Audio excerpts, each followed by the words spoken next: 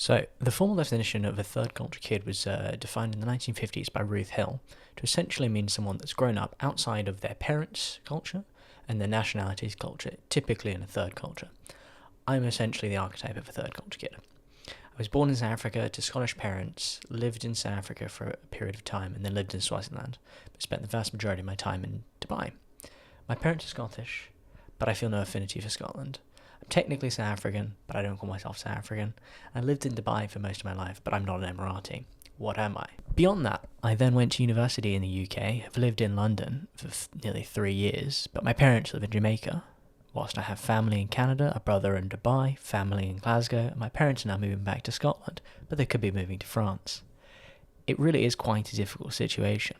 The concept is rather interesting. As a kid, you develop a relationship to a whole bunch of different cultures. So, for example, I'm not English at all, but I speak with this sort of quasi-English accent because my best friend at primary school when I was younger was English.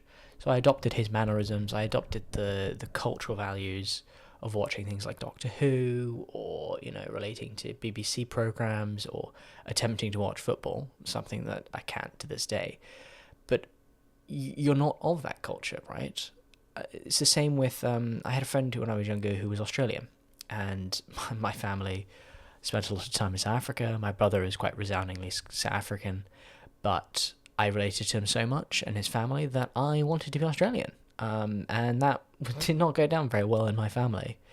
And that was the thing when I was younger, is I didn't really have a perception of my culture because I felt out of place. And I mean, this is a common story with every third culture kid. I mean, I went to an international school that was British, but featured over 60 different nationalities. And the common theme was that every single person had a story. I mean, I have friends who were born in Abu Dhabi, but then moved abroad or moved back. I have friends who were born in the UK, but to parents of a different nationality and moved here. I have friends who were born in Czech Republic and then moved to Dubai and lived there their whole life. I mean, third culture kids are a common feature of the international life, and it's something that will only grow as the expectations of expats moving out to these countries increase. You find that because of this sort of half in, half out relationship you make with all these cultures that you live in or around, you never fully immerse yourself in one. I've never felt comfortable to call myself Scottish. I mean, I've never lived in Scotland. I have Scottish family, but I've never lived there. I don't feel comfortable calling myself South African, even though I have the nationality, I have every right to, but I'm not.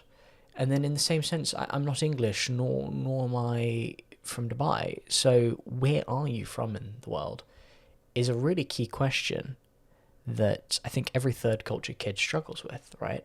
I find that when I watch sports, for example, I relate to South Africa, or when I go to Scotland and visit family, I feel an affinity for the place, but I don't feel an affinity for the national identity. And it's quite interesting, in the 1990s, there was a study done of about 700 third culture kids that essentially found quite a similar feeling, that most of them felt out of place and lost amongst peers. What was most interesting to me is the concept of prolonged adolescence, right? So as a third culture kid, you very quickly get dropped off at university, say, on your own. You got to figure out your own life, get your own dentist appointments, get your own GP, sort out daily life. You could very quickly grow up. That's something I found going from 18, living with my parents, to 5,000 kilometers away from where they were. I had to fend for myself. And I noticed the difference amongst my friends and at university. It was night and day. Yet what this survey found was that third culture kids had something called prolonged adolescence. They essentially found that these kids were delaying putting off life choices, such as careers or where they wanted to live or the people they would marry, because they felt no affinity for the culture they were in. And I think that's something I really do share. I mean, I'm in the position now where I'm 24, I'm thinking about moving on from my first job, and I'm feeling that indecision of where do I want to be in the world? What do I want to do? Who am I? I mean, it's very stereotypical of a 24-year-old to think of these kind of things. But I think it's a prolonged thing in third culture kids because I have no real attachment to the UK. I mean, I will always be British, and British culture will always be a part of my identity, but I don't feel like I belong here, which feels quite bad to say, but it's just the fact. And I think a lot of third culture kids relate to that. I mean, all of the people that I know that were third culture kids that live here now have that sort of same feeling. I often find that I relate better to other third culture kids or typical international immigrants who've come from their home country and live in London, because there is that shared affinity, there is that shared confusion about where you are in the world and what you want to do and who you want to be with and what country you want to live in. And I often find when I tell English people about the full story, I often get quite a huge slate of questions around the different places. Typically in Dubai, it's, is it a good place to live? What's it like on holiday? What do you think of it? There's often a political stance to those questions that I find a bit galling, but it's something you just have to answer.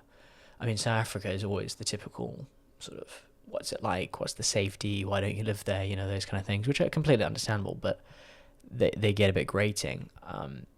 Swaziland, I never got as many questions, which is sad because it's quite an interesting country. I mean, I recently met someone who said they'd been there on a school holiday, and that was sort of a real eye-opener that people still go there.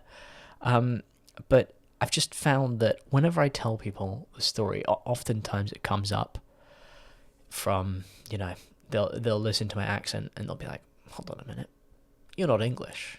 There's something there. Typically, I mean, I've heard the South African, but I get American, I get Canadian, I get New Zealand, I get Australian, I get everything, right? You get all these different people trying to guess where you're from. And whenever I tell someone the full story, it is an enjoyable moment, obviously, because I get to speak about these things. And it's something that I do treasure in that I grew up in all these places, I have all these experiences. But it sometimes does get quite tedious because some people I've found just turn off when they talk about it. You get quite a lot of judgment about it, and it's like, hold on a minute. I mean, this is just my childhood, right? And this is something I have shared with a couple third culture kid friends that live near me or I speak to relatively often, and they have the exact same thing where the question where you are from is the dreaded question of every time you meet someone, because that conversation very quickly becomes dominated by that, right? So oftentimes they'll avoid the question, or they'll sort of just say, oh, I'm English, or I'm South African, or whatever. For me, of course, the problem is that I can't, right? Because I don't know what I am. But yeah, I mean, it's not that big a deal, right? At the end of the day, the third culture kids are a dime a dozen, and this is something that we all have to deal with. I think it's just a rather interesting concept.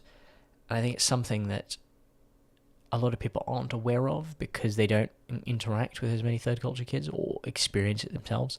That sort of slight lost identity of where am I in the world? Where do I belong?